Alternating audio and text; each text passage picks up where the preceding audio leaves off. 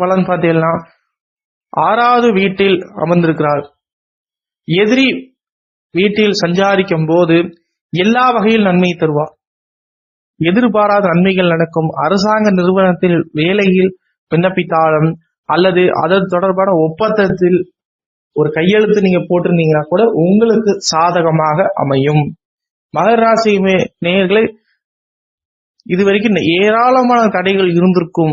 அந்த தடைகளை தாண்டி இம்மாதம் உங்களுக்கு அனுகூலமான தொழில் ரீதியான பாதுகாப்பு உங்களுக்கு வழங்குவார். குடும்பத்தில் எப்பொழுதும் மகிழ்ச்சி நிலவி இருக்கும். நீங்கள் பட்ட துயரத்துக்கும் வேதனைக்கும் ஒரு முடிவு காலமாக இருக்கும். எளிதில் எதிரிகளை வெல்வீர்கள். உங்களுடைய சில செயல்கள் எதிரிகளை வீழ்த்துவதற்கு ஒரு வாய்ப்பாக அமையும்.